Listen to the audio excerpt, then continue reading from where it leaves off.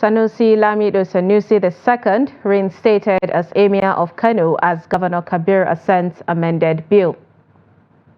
Nigeria, we healthy, our own native land, no challenge on Beijing. Amidst the rising out of school, or the National Assembly on the verge of reverting to Nigeria's old anthem. Amidst rising out of school children, numbers, cases of abuse and exploitation persist. And away from Nigeria, Chad's Deby sworn in as president after 3 years of military rule. Hello and welcome to Trust TV News Hour. I am Sumaya Abubakar. And now the details. Governor Abakabir Yusuf of Kano State has reinstated Muhammadu Sanusi II as 16th Emir of Kano State.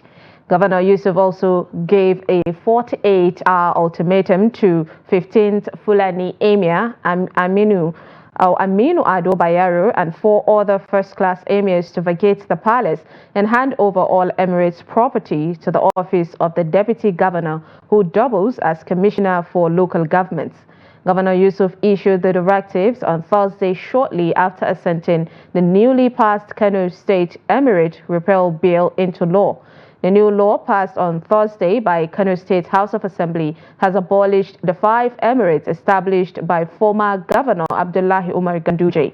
The Deputy Governor Aminu Abdul Salam, the Speaker of Kano State Assembly Ismail Falgore, and other top government functionaries witnessed the signing ceremony. While signing into law, the governor expressed satisfaction that the new law will bring unity to the people of Kano and foster sustainable socio-economic development. Governor Yusuf said that the return of Muhammad Sanusi II to the throne will propel peace and prosperity, adding that the repeal of the council law was in fulfillment of his campaign promise to restore the lost glory of the state and its rich cultural heritage.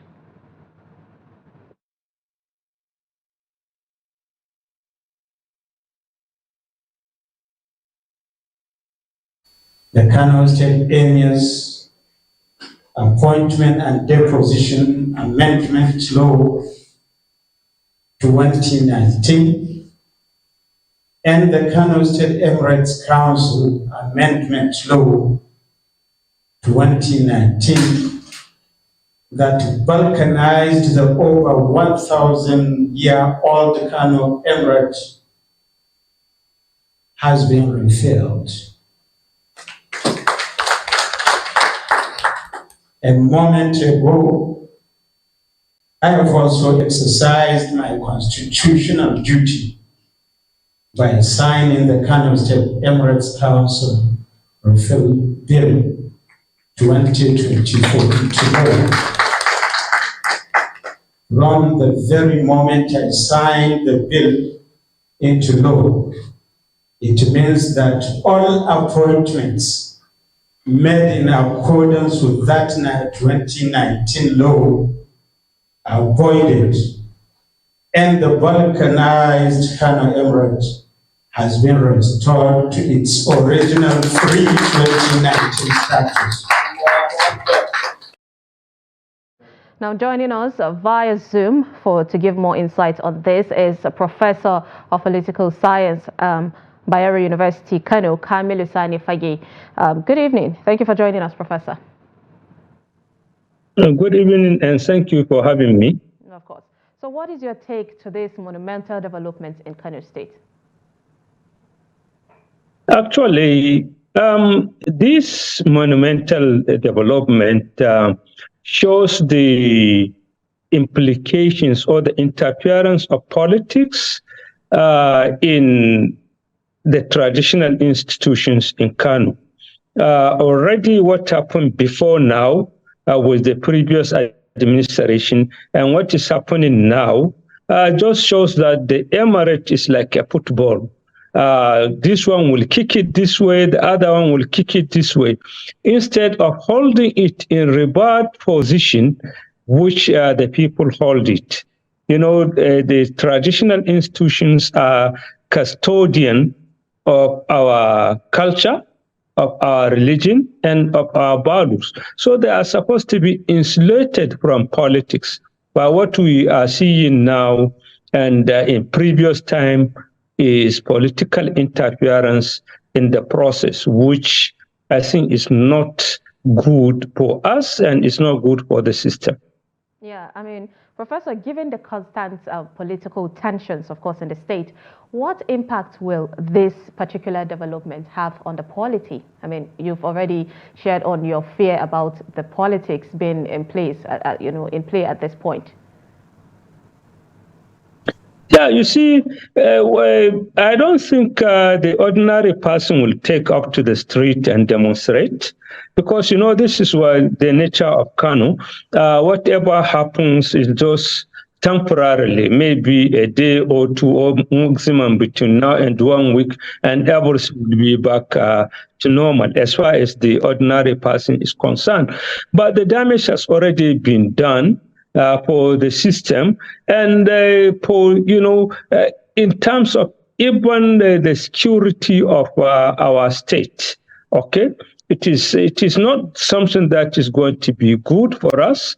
And like I said, people will not come out. Nobody expect the people to come and demonstrate either for or against the decision. But at least it is going to be a graveyard peace. Okay, now that it has happened, things will go on normally, but there will be tension, there will be distrust, and there will be mutual acrimony between the various houses in the traditional institution, and also between the traditional institution and some opinion leaders with the politician. So there is bound to be that, but I don't expect it will be, violent, but it will be a kind of graveyard peace. Yeah, Professor, I mean, when this happened, the first time in 2020, there was a lot of, thoughts, and people were thinking that this could happen after the former governor leaves the office and new one comes in. So do you consider this, a course correction or another disruption to the status quo? Yeah, it is. You see what happened now, unfortunately, Kano politics. Do we still have Professor on the line? I think the network is affecting us and we lost the professor on that one. Well, we'll have to move on, of course. Moving on to more stories on this. A bill seeking to revert to Nigeria's old national anthem has passed second reading in the Nigerian Senate.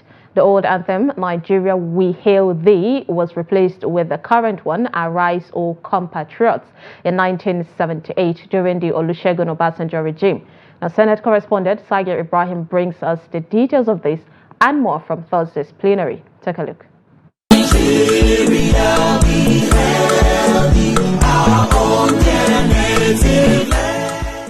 The bill, which was sponsored by the leader of the Senate, Okpeyemi Bamidele, got overwhelming support from his colleagues during plenary. President, my respected colleagues, this bill seeks to make provision for Nigeria to revert to its old national anthem that will promote better symbol for unity, peace, and prosperity compared to the current one. Lawmakers who unanimously supported the proposed bill say the current national anthem is a product of a decree by the military junta and therefore should be discarded to adequately capture the nation's democratic values, integrity, and also foster commitment to nationhood.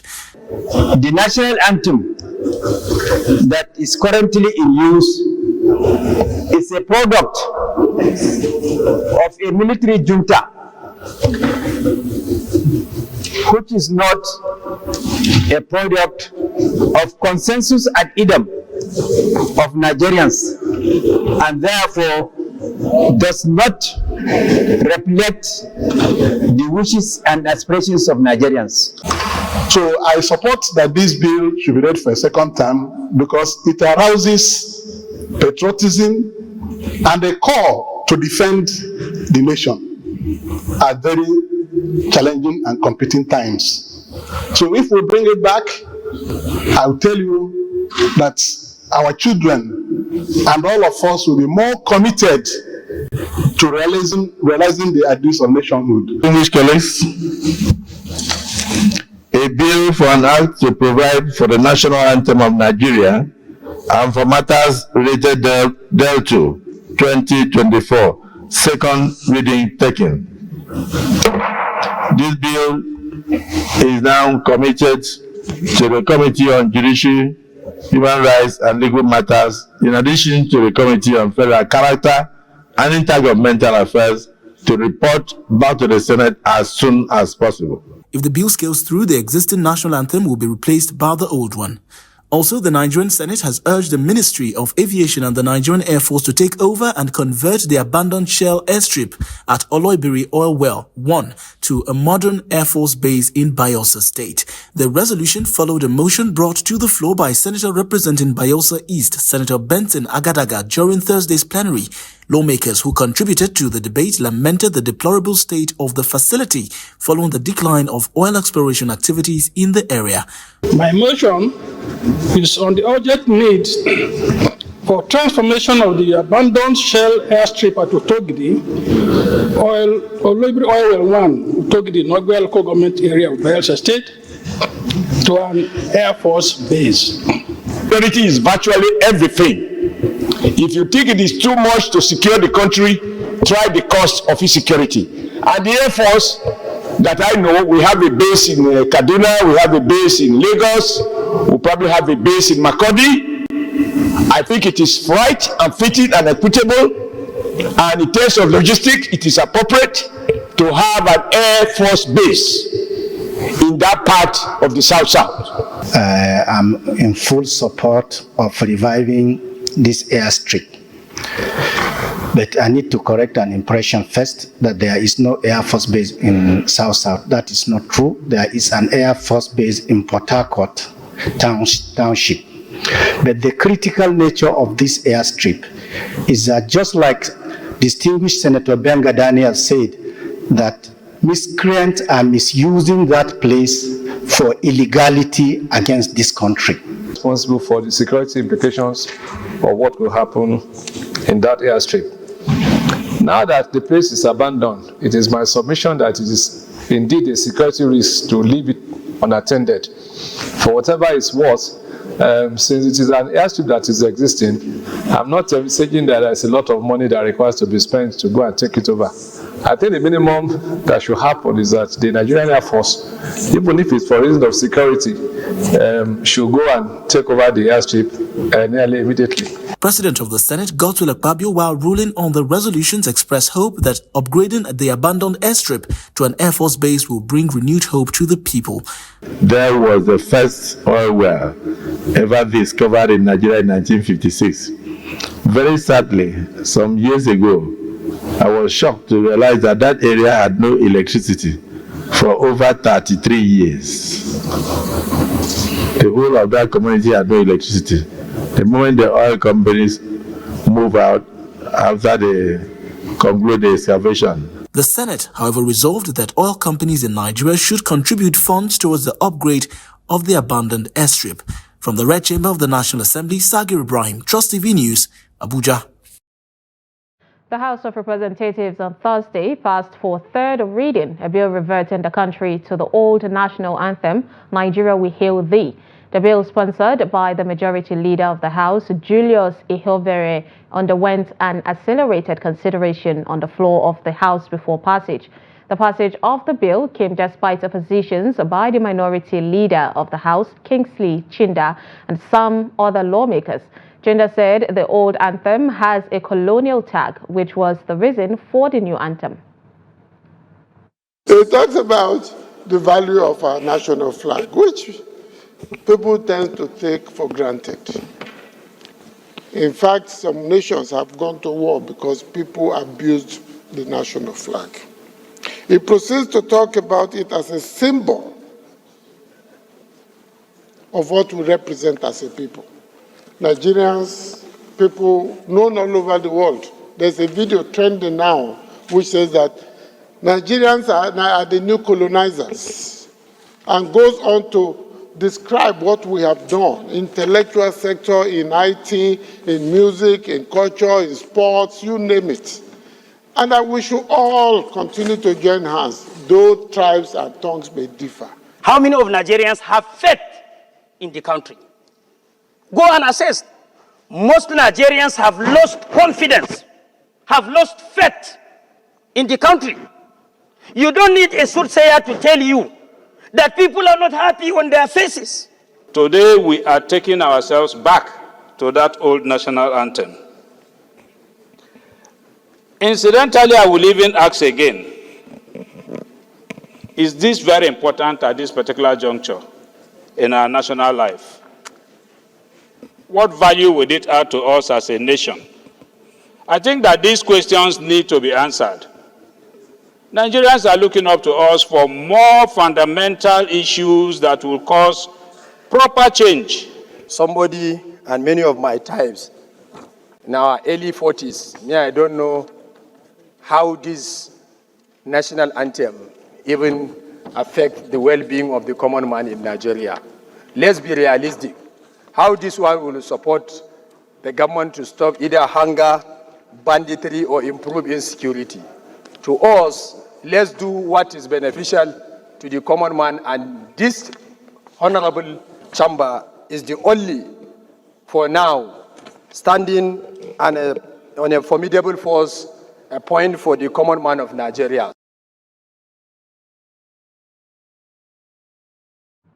Child labor, which manifests in several shades, has negatively affected the future of thousands of Nigerian children in different parts of the country. Most people have little or no knowledge of the actual meaning of child abuse and labor. According to lawyers, a lack of child labor law enforcement agencies in the grassroots continuously deprives children of parental love, education, healthcare, and a safe childhood. Hassan Kohli tells us more. Many underage children are engaged in paid and unpaid forms of work, which is classified as child laborers. Others are involved in hazardous activities that may affect their physical, moral, mental, and social well-being. According to lawyers, there are many forms of child abuse and labor committed in Gombe that are not reported or filed officially due to cultural and religious settings. Basically, here in Gombe, we don't normally experience much cases of child labor or child abuse here in Gombe. Reason being that the people of the community, they have their own different perception about the issue of child when it comes to the issue of child labor or offenses committed against a child here in Gombe. For instance, on the issue of a marriage of a child who is under 18, like a girl child who is under 18 years of age, if you have been given in marriage according to the Child Rights Act, then the punishment will be 500,000 naira fine or 5 years imprisonment for any person who participates, promote, or betroth a child or a girl child who being the age of under 18. Some residents in Gombe say the issue of child abuse and labor is obvious, but unfortunately, people are no longer care about child rights in communities. Children are abused on a daily basis. Sometimes you can come across a child crying on the street and he will tell you that one stranger slapped him, snatched his belongings or abused him. It is worrisome and the government has to take severe punishment on the violators. Communities too have to play a part as this is a collective responsibility. A lot of parents are responsible for child labor and abuse. They are sending their children to faraway places to seek Islamic knowledge without checking up on them. As such, children tend to look for food by any means, which will result in them being abused or engaged in child labor. Parents and guidance should fear Allah, as they will ask how they treated their children thereafter. For Musa Ismail, enacting state-owned Child Rights Act will help reduce the menace of child abuse and child labor in Gombe State. I think here in Gombe it is right time that Gombe State government should establish a children and young persons law which is belonging to Gombe State government, which will contain the administration of the trial and everything for the young person here in Gombe, particularly if possible, which the law should emanate or originate or initiate from the State House of Assembly or from the Gombe State government, that is executive V. I think going by that, it will curtail or mitigate or reduce the rate of human rights violation against child or exploitation or child labor here in Gombe. According to a report by the National Bureau of Statistics, over 24 million Nigerian children between the ages of 5 and 17 are involved in child labor. Hassan Lawan Koli, Trust TV News, Gombe.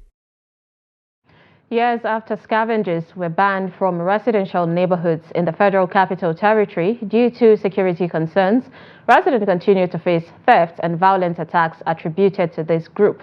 Scavenging in unauthorized areas or at odd hours raises suspicion and can lead to encounters with law enforcement, potentially escalating into confrontations or conflict. Dr. Yakubu reports. According to the police, scavengers, also known as Babambola, are responsible for some of the crimes in the Federal Capital Territory. Addressing the press, FCT Commissioner of Police CP Bennett Igwe stated that scavengers were recently arrested for robbery and other offences. So far, we have arrested many of them. Some of them are here. About 300 of them already in the prison since yesterday.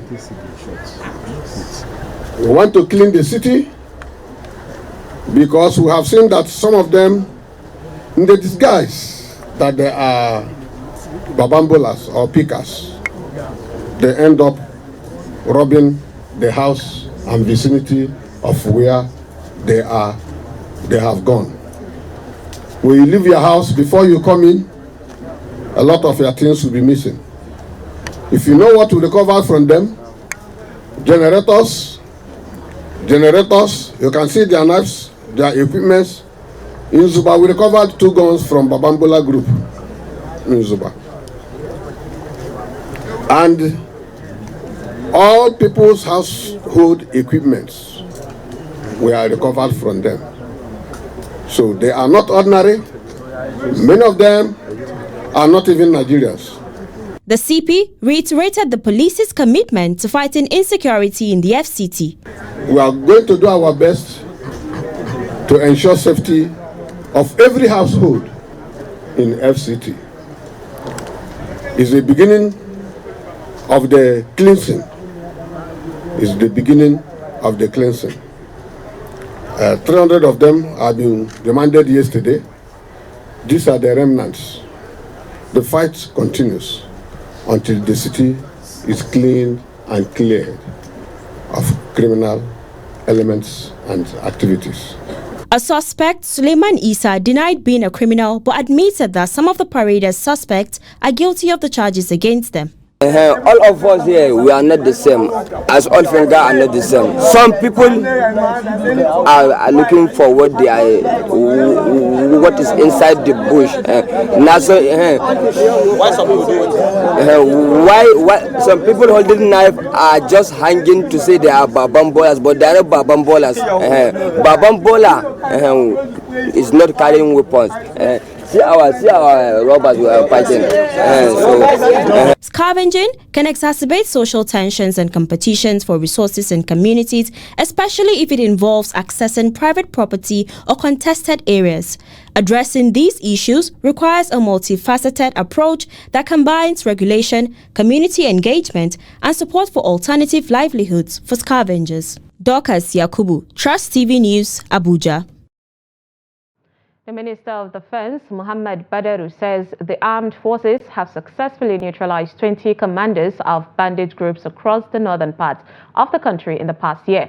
The minister, while giving an update on the deliverables of the Defense Ministry, also highlighted that so far 4,641 kidnapped victims have been rescued, with 83,900 assorted ammunition recovered. In the Niger Delta, he noted that 245 captives have been released, 351 illegal oil production sites destroyed, and 408 vehicles recovered from criminals running illegal bunkering syndicates. Badaru also announced that the army is working closely with regional security agencies to improve the security situation within the nation's borders, adding that the president has also supported troops to enhance their capacity through procurement and upgrades of equipment. The minister, who highlighted the collaboration with other 50 companies in Nigeria in the production of weapons and other armor, also pledged the unwavering commitment of the army in the fight against insurgency and the protection of Nigerians. 7 people, including a mother and her 6-year-old child, were shot dead after armed men invaded Ugia community in Toto local government of Nasarawa State. A resident of Ugia, Ibrahim Al-Ghali, said the incident happened around 4:12 a.m. on Thursday when the armed men came through the bush path and launched the attack. He said that the attackers, who were wielding sophisticated weapons, suddenly shot sporadically into the air, forcing some residents to run out of their houses to escape. According to him, some troops deployed to the community swiftly mobilized to the scene upon hearing the sporadic gunshots, adding that the gunmen had fled before the troops arrived at the scene. Al-Ghali added that the gunmen also set 3 vehicles ablaze and also burgled some shops, cutting away foodstuffs, drugs, and other valuable items. The spokesman of the Nasarawa State Police Command, DSP Ramhan Nansel, was yet to react to the incident at the time of filing this report. Justice Suleiman Belgore of the FCT High Court, sitting in Garki, has granted bail to a former Minister of Aviation, Hadi Sirika, who is standing trial for alleged fraud of the tune of 19.4 billion naira. Justice Belgore granted bail to the former minister in the sum of 100 million naira and 2 shorties in like sum. One of the shorties, according to the bail conditions, must have a landed property within the jurisdiction of the court. The court also added that the former minister must not travel out of Nigeria without the permission of the court. Furthermore, the court admitted that the second defendant, Ahmed Sirika, should be granted bail under the same terms and conditions. A few days ago, the Economic and Financial Crimes Commission, the EFCC, charged the former Minister of Aviation, his brother, Ahmed Sirika, and his company, Engineers Nigeria Limited, with over 19.4 billion naira fraud. The sum is said to be for several aviation ministry contracts from the former minister to Engineers Nigeria Limited, owned by Sirika's younger brother, Abubakar.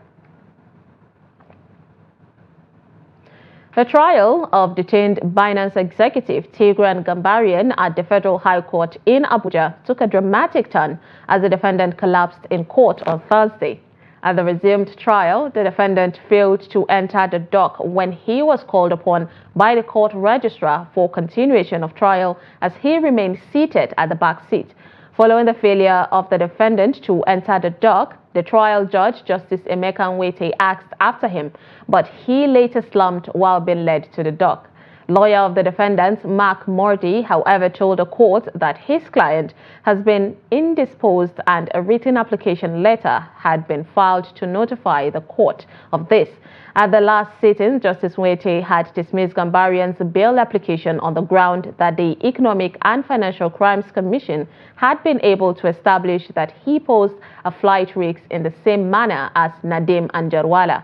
Gambarian, Anjarwala, and Binance Holdings Limited are facing money laundering and terrorism financing charges brought against them by the EFCC. President Bola Ahmed Tinubu has directed a total of comprehensive review of the recently announced governing board of tertiary institutions in Nigeria before the inauguration and retreat for the nominees. The Special Advisor on Information and Strategy to the President, Bayo Onanuga, disclosed this on Thursday in a State House statement. Onanuga said the nominations did not reflect the federal character of the country, as some states got just one nomination while some others got many. Tinubu had approved the appointments of at least 555 persons to serve as pro-scholars, chairmen, and members of governing boards of 111 federal universities, polytechnics, and colleges of education.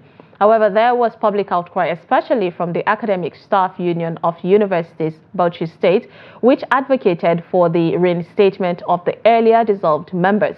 The review order, according to Onanuga, is an indication that the president acknowledges the feedback across the country and is committed to ensuring strict compliance with the principle of federal character as entrenched in the Constitution.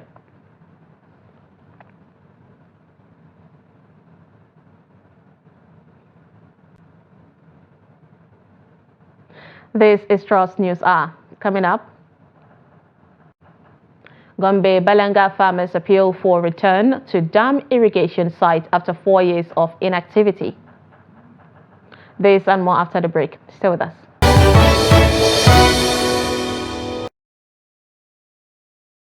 Welcome back and thank you for staying with us. If you're just joining us, this is Trust News Hour. Here's a recap of our top stories.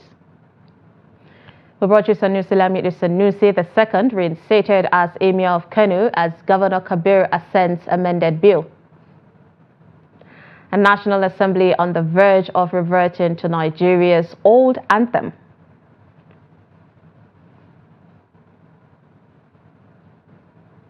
Now moving on, we have with us again, joining us, the Professor of Political Science, Bayero University, Kano, that's Kaminu, Professor Kamilu San, if I beg your pardon on that one, joining us to, of course, continue to give us an insight of exactly what is happening in Kano State, considering the reinstatement of the former or the deposed Emir, back in office. Thank you again for joining us, Professor.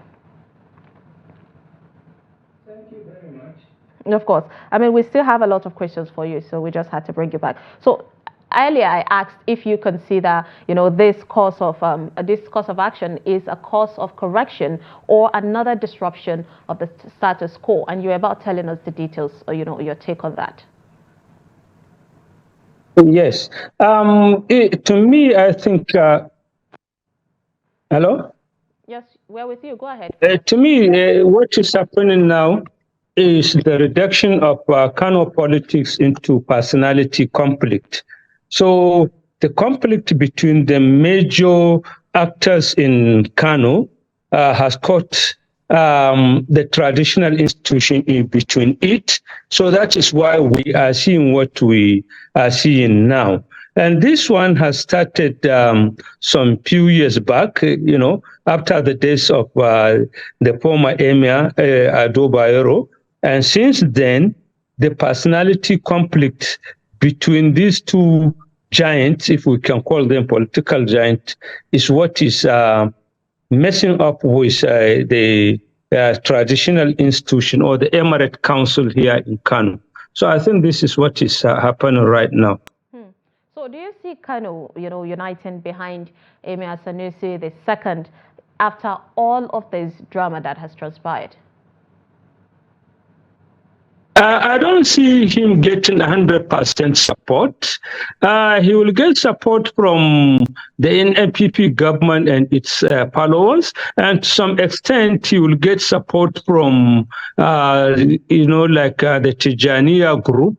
But I believe many people will not be in his support, especially given the fact that during his first tenure, he did a lot of things which many people consider, not in line with the Kano Emirate principles, especially the issue of his outspokenness The emirs here in Kano are known to be reserved by the laws and they keep quiet, but he's so outspoken and he stepped on so many toes. So I believe that even if he comes back, or if he comes back, he's not likely going to get 100% support from the Kanawa, as they are called.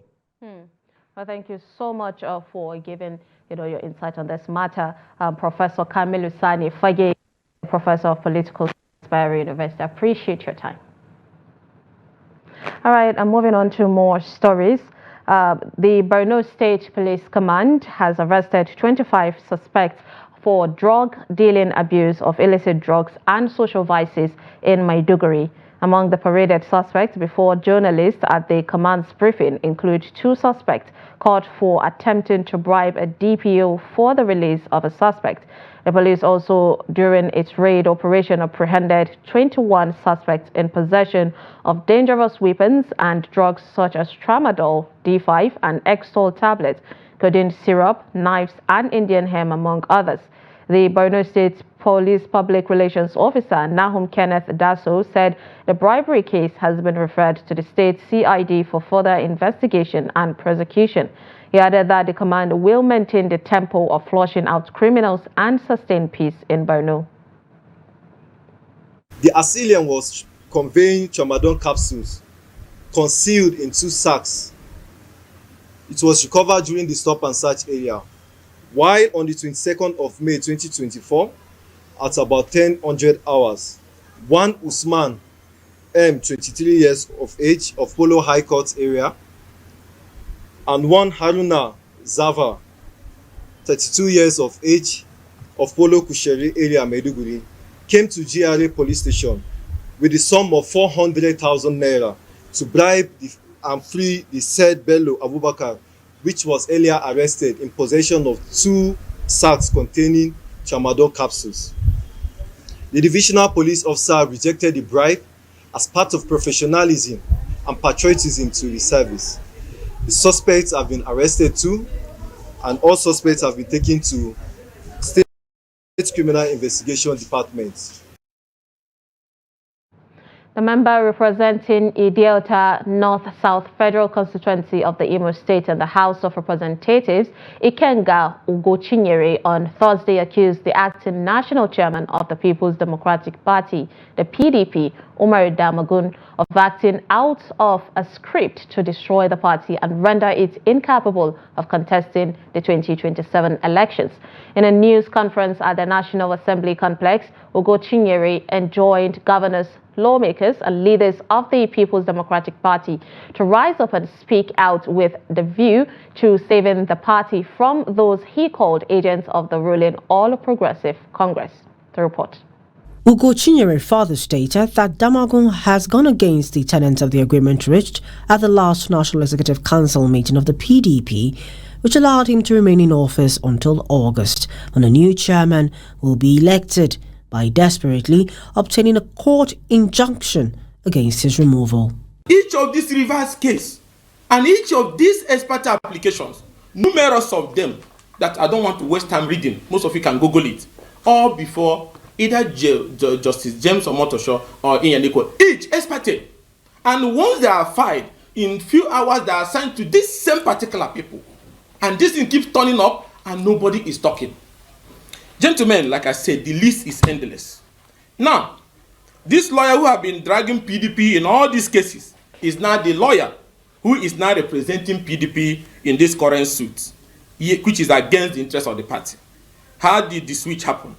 It must have started when, in a bid to perpetuate Umar Damagun in office to serve the interest of his APC masters, that Joshua Musa, representing Mr. Damagun, that was brought in. And he dragged PDP to court and even obtained an order restraining PDP from removing Damagun from office. He said Damagun has further shown his support and preference for the APC by going to court to file a suit challenging the prayers by the Rivers State Governor, Simelai Fubara, to declare the seats of 27 lawmakers from Rivers State who defected to the APC vacant on the ground that it is only the party that can determine who its members are or not. I call on PDP governors, senators, and House of Representative members who are keeping quiet. You all will cry one day if this party is allowed to sink. You will be shedding crocodile tears when the time comes, when the election time comes, when the same people will use their structures at different states to annihilate you. So it is in our interest to all come together to say, let us do the right thing. This is another early warning for the party and those who believe in it to stand up and save the soul of the party before irreversible damage is done to the once glorious, Africa's biggest political party. He called on President Bola Ahmed Tinubu to pay close attention to developments within the polity, lest Nigeria's democracy sleep off under his watch. Farmers at the Balanga Dam irrigation site have called on the state government to allow them to continue cultivating their fields after 4 years of inactivity. According to the farmers, almost 900,000 people were affected, while several youths and farm laborers have resorted to crime due to the idleness. They are, however, urging the government to take the necessary measures to restore their means of livelihood and fight unemployment in the nearby communities. Trust TV's Hassan Koli visited the irrigation site and filed in this report. Situated in Balanga local government area of Gombe State, the Balanga Dam was a source of livelihood for hundreds of thousands of people, especially irrigation farmers in Balanga, Galangu, Suwa, Tula, Donk Arame in Gombe and neighboring states. However, the 4 years of inactivity have denied almost 1 million people access to their land, as the government failed to pump the water from the dam for irrigation farming. Communities are worried that most of the farmers are now unable to provide basic necessities for their families. I have been engaged in irrigation farming for more than 3 decades. We used to clear debris and vegetation on the canals before the irrigation farming season, and it was always done through community effort and a little aid from the government. However, for the past 4 years, we have been unable to cultivate our lands, and the government not cleared the canals. We even agreed to do the entire operation, but the government did not accept our offer. In fact, we have exhausted all our efforts for now, yet we have not been officially informed of the reason behind the development. With the family of 21, 50-year-old Yahya Ali says his life has never been this difficult. I have been carrying out irrigation for almost 3 decades. I depended solely on it to cater for my family. The last took place in 2019. Now that we spent 4 years without irrigation farming here, our only concern is how to feed ourselves. Life has become miserable for us because we are unproductive. Due to the development, the communities are experiencing social biases as laborers and youth who were once engaged in the farms have taken to crime. This is very unfortunate because it has negatively impacted our lives.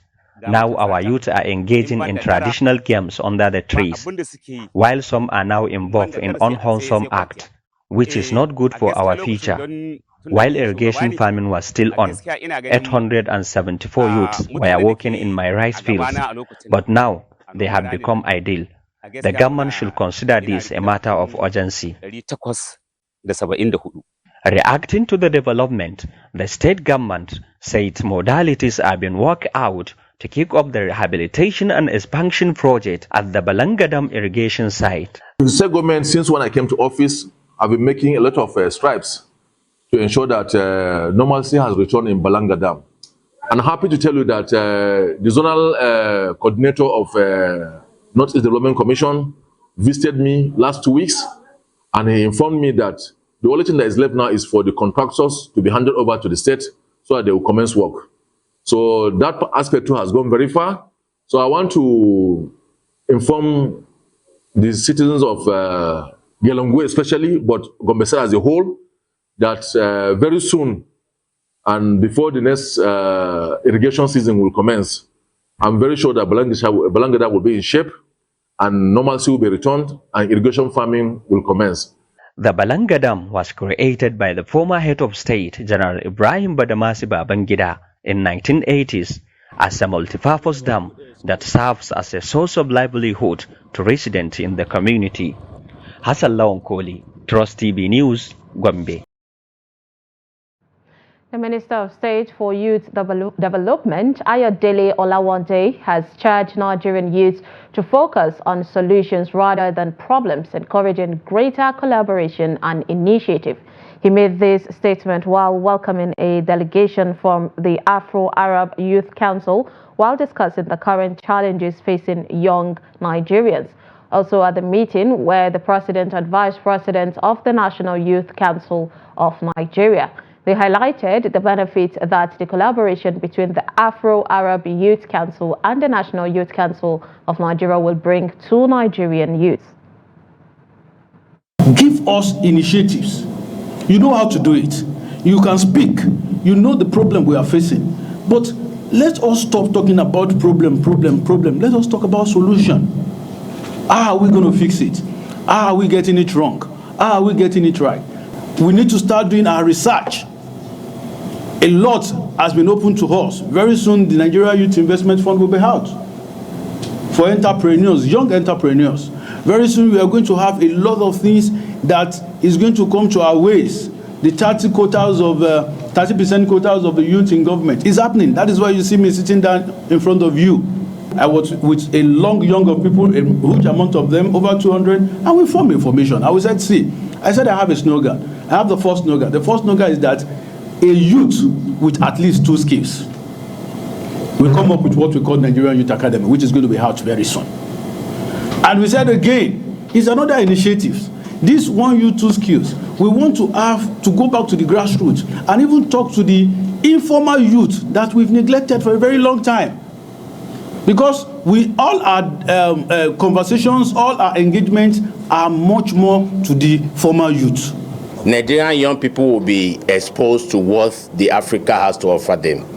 The Nigerian youth will be exposed to their colleagues in the Africa and Arab nations.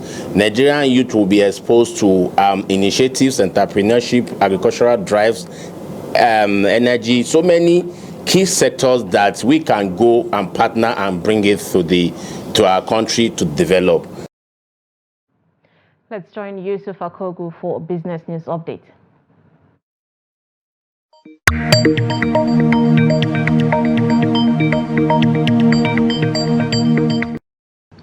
Welcome to Business News. I am Yusuf Akogu. BDC operators have rejected the new licensing guidelines issued by the Central Bank of Nigeria. The president of the Association of Bureau de Change Operators of Nigeria, Aminu Gwadabe, said the requirement is huge. He said capitalization in the UK is £50,000. In Kenya, it is $50,000, adding that he does not think the CBN directive reflects global best practices. Gwadabe added that the BDC is not a deposit taker. The Central Bank of Nigeria had, in a circular on Wednesday, signed by the Director of the Financial Policy and Regulation Department, Haruna Mustafa, mandated all existing Bureau de Change operators to reapply for new licenses in their preferred category. The CBN noted that the new adjustment aimed to streamline BDC operations and enhance financial accessibility. The federal government says it spent 628.61 billion naira as subsidy on electricity in 2023. The power distribution companies in the same vein collected a total revenue of 1.08 trillion naira during the period. The latest industry data from the Nigerian Electricity Regulatory Commission on Wednesday indicated that the electricity subsidy continued to increase every quarter all through last year. It observed that subsidy on power in the first, second, third, and fourth quarter of 2023 were 36.02 billion naira, 125.23 billion naira, 204.6 billion naira, and 252.76 billion naira respectively. Stock prices dipped further on Thursday as more investors take profit. Let's see how it went down this Thursday. Leading the losers there are Transcorp Nigeria PLC down 9.87% to close at 10 naira and 5 kobo per share. Sky Aviation ended on the negative side of the market, 9.80% to close at 20 naira and 70 kobo per share. FCMB down 9.56% to close at 6 naira and 15 kobo per share. Of course, this has dragged down the market downward there by 0.15%. Volume of trade 306 6.453 million, volume of shares valued at 7.699 billion naira in a days of 7,852 lead exchanges among investors this Thursday. The top trading equities is dominated by the banking sector. The leading that table is UBA, top there 48.316 million shares. It traded Jitco 38.534 million shares. Zenith Bank Nigerian PLC 28.934 million shares as well. Of course, some equities also recorded gains. Leading that table is CI Leasing up 9.90% to close at 3 naira and 44 kobo per share. Cavitin Helicopter 7.69% to close at 1 naira and 40 kobo per share. There, Sham PLC 7.14% it gained to close at 1 naira and 50 kobo per share. That's the highlight of stock trading as it went down this Thursday on the floor of NGS. Let's see the global stock market and exchange rate data for today.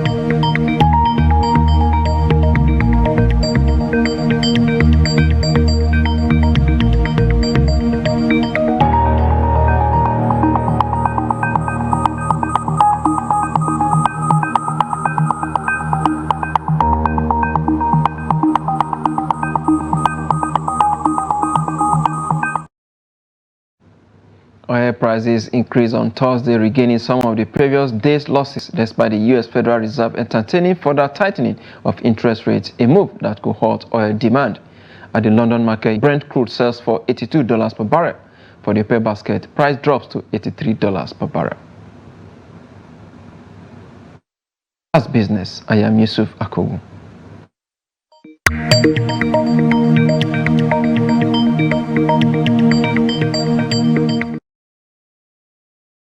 Away from Nigeria, General Muhammad Idris Deby Itno, who has led Chad's military junta for 3 years, was sworn in as president on Thursday after an election victory contested by the opposition.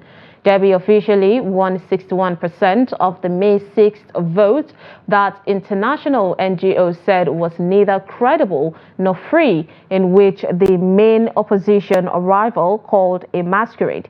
Taking the oath of office, Deby said he swore before the Chadian people to fulfill the high functions that the nation has entrusted in him. 8 African heads of state, as well as Constitutional Council members and hundreds of guests, watched as the 40-year-old, dressed in his customary white bubu, was inaugurated as president at the Palace of Arts and Culture in the capital, N'Djamena. The presidential term runs for 5 years and can be renewed once. In a speech, he had earlier declared a return to constitutional order and pledged to be the president of Chadians from all backgrounds and all sensibilities.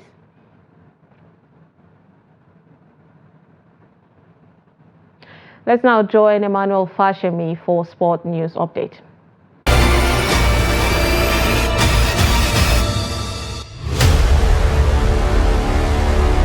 Nigerian Premier Football League side Enyimba International FC of Aba has confirmed the promotion of assistant coach Olarewaju Yemi Daniel to the position of the head coach until the end of the season.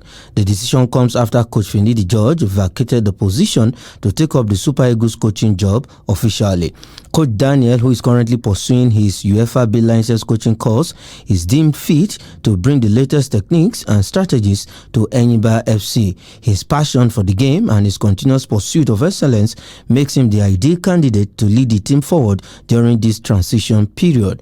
Enyimba is sitting third on the NPFL table as the league resumes this weekend after a 1-month break. The newly promoted head coach's first game in charge will be the matchday 33 oriented derby against sister club Abia Warriors, who are 11th on the NPFL standings.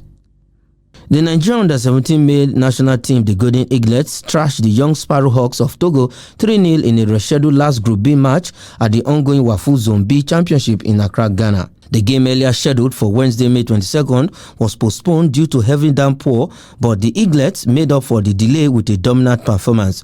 Abdul Muiz Adeleke opened scoring in the 11th minute, courtesy of an assist by Abdul Muiz Oladimeji. Rafa Adams doubled the lead in the 36th minute with a sublime header from a cross by captain Simon Kletos.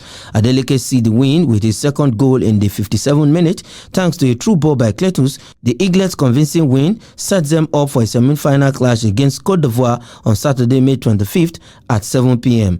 Host Ghana will face Burkina Faso in the other semi-final, with the winners advancing to represent the region in the CAF Under-17 AFCON later this year. And that is sports. I am Emmanuel Fashimi.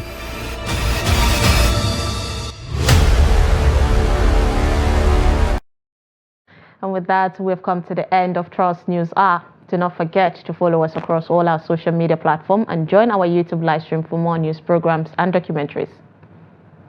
I am Sumaya Abubakar. Thanks for watching and have a good night.